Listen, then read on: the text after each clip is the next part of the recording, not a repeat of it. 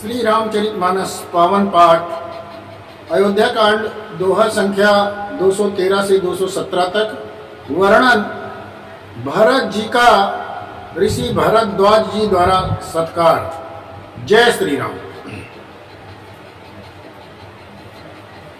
राम बिरह व्याकुल भरत सानुज सहित समाज पहुनाई करि हरहु त्रम कहा मुदित मुनिराज। मुनिराज प्रसन्न होकर कहा, छोटे भाई शत्रुघ्न और समाज सहित भरत जी श्री रामचंद्र जी के विरह में व्याकुल है। इनकी पहुनाई आतिथ्य सत्कार करके इनके श्रम को दूर कीजिए। रिद्धि सिद्ध सिर धरि मुनि बर बानी बड़ भागिन आपुई अनुमानी काई परस पर सिद्धि समुदायी अतुलित अतित राम लघु भाई। रिद्धि सिद्ध ने मुनिराज की आज्ञा को सिर पर चढ़ाकर अपने को बड़भाग्नि समझा। सब सिद्धियां आपस में कहने लगी, श्री रामचंद्र के छोटे भाई भरत ऐसे अतिथि हैं जिनकी तुलना में कोई नहीं आ सकता। मुनि पद बंद करिए सोई आजू होई सुखी सब राज समाजू अस कही रचऊ रुचिरे गृह नाना जही बिलो के बिल खाई विमाना। अतः मुनि के चरणों की वंदना करके आज वही करना चाहिए जिससे सारा राज समाज सुखी हो। ऐसा कहकर उन्होंने बहुत से सुंदर घर बनाए जिन्हें देखकर विमान भी विलकते हैं, लजा जाते हैं। भोग विभूति भूरी भरी राखे देखत जिनहि अमर अभिलाषे दासी दास साजु सब लीने जगवत राही मनहि मनु दीने। उन घरों में बहुत से भोग इंद्रियों के विषय और ऐश्वर्य ठाट बाट का सामान भरकर रख दिया जिन्हें देखकर देवता भी ललचा गए। दासी दास सब प्रकार से सामग्री लिए हुए मन लगाकर उनके मनु को देखते रहते हैं, अर्थात उनके मन के रुचि के अनुसार करते रहते हैं। सब समाज सज सिद्धि फल माही जय सुख स्वरूप सपन नाही प्रथमई बात दिए सबके ही सुंदर सुख जथा रुचि देही। जो सुख के समान स्वर्ग में भी स्वप्न में भी नहीं है, ऐसे सब समान सिद्धियों ने पल भर में सज दिए। पहले तो उन्होंने सब किसी को जिसकी रुचि थी जैसी वैसा सुखदायक निवास स्थान दिया।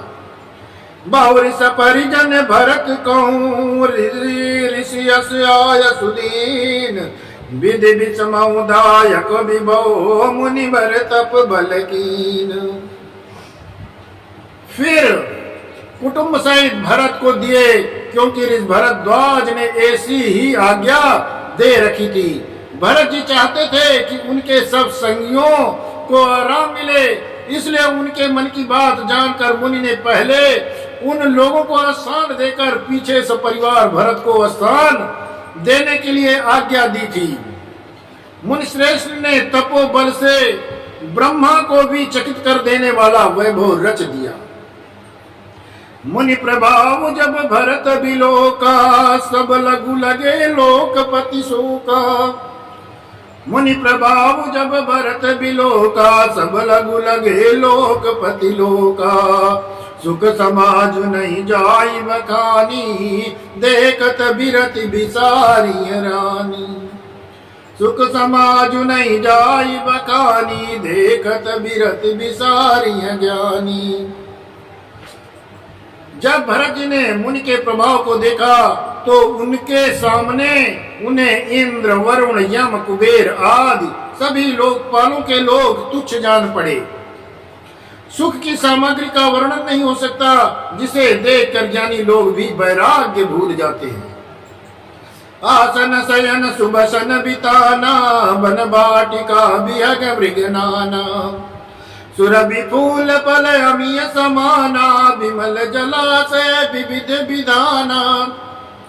आसन से सुंदर व चंदोवे वन बगीचे भांति भांति के पक्षी पशु सुगंधित फूल अमृत के समान स्वादिष्ट फल अनेकों प्रकार के तालाब कुएं बावली निर्मल जल जलाशय असन पान सुचि अवामी अमी से देख लोग सकुचात जमी से सुर तुर भी सुर तर सबही के लकिया बुलास सुरेश सची के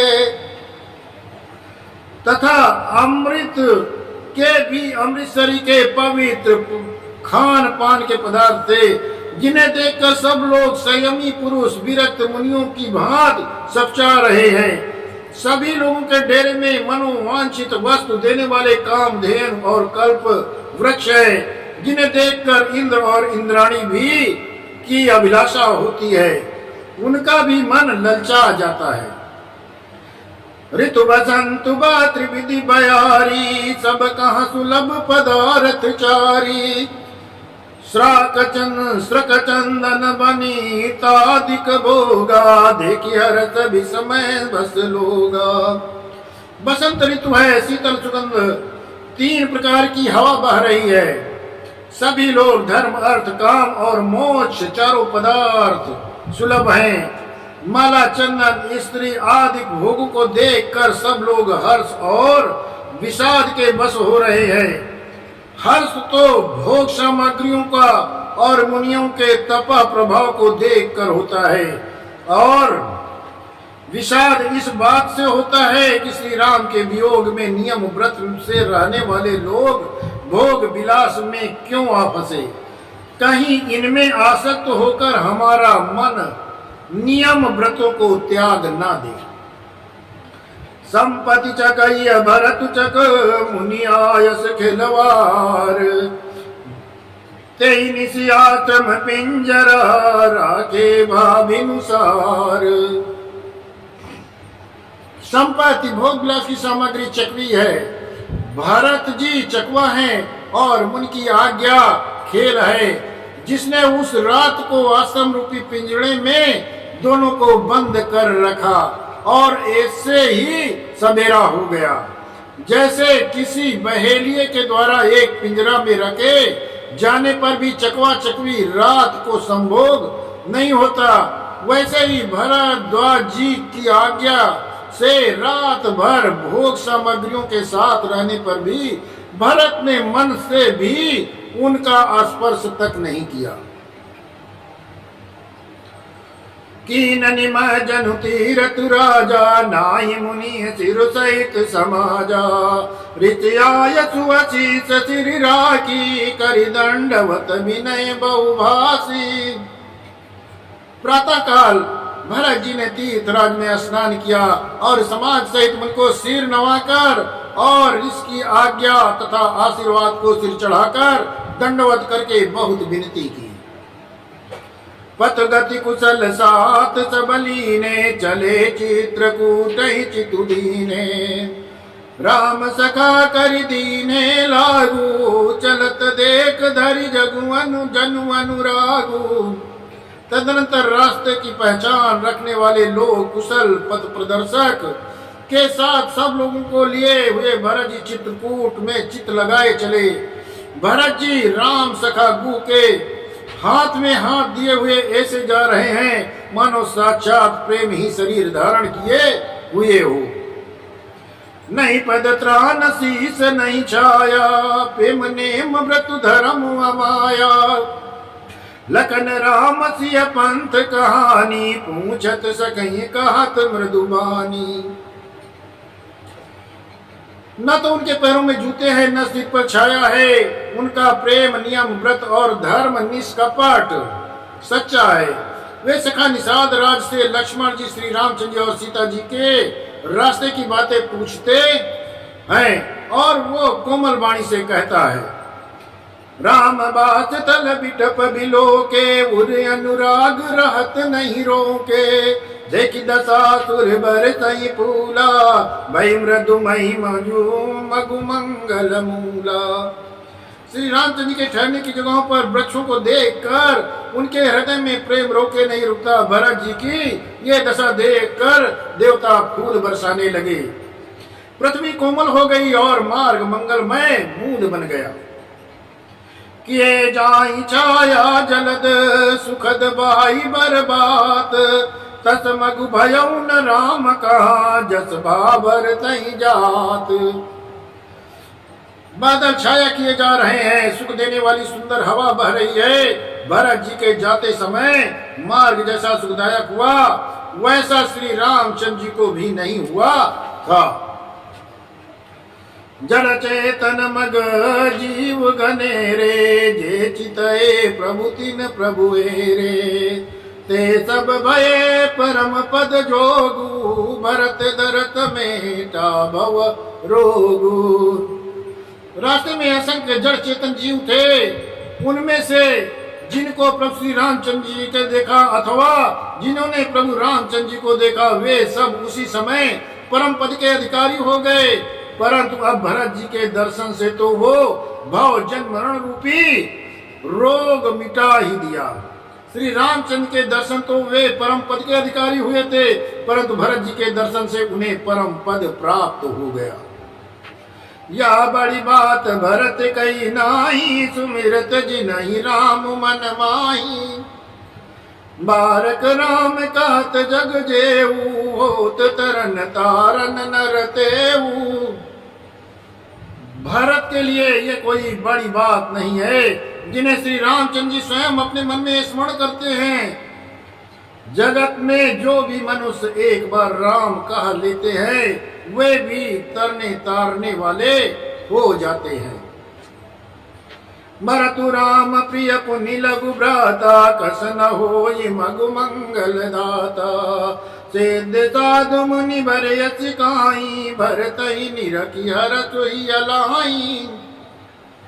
फिर भरत जी तो श्री रामचंद्र जी के प्यारे और छोटे भाई ही ठहरे, तब भला उनके लिए मार्ग मंगल मूलदायक कैसे न हो।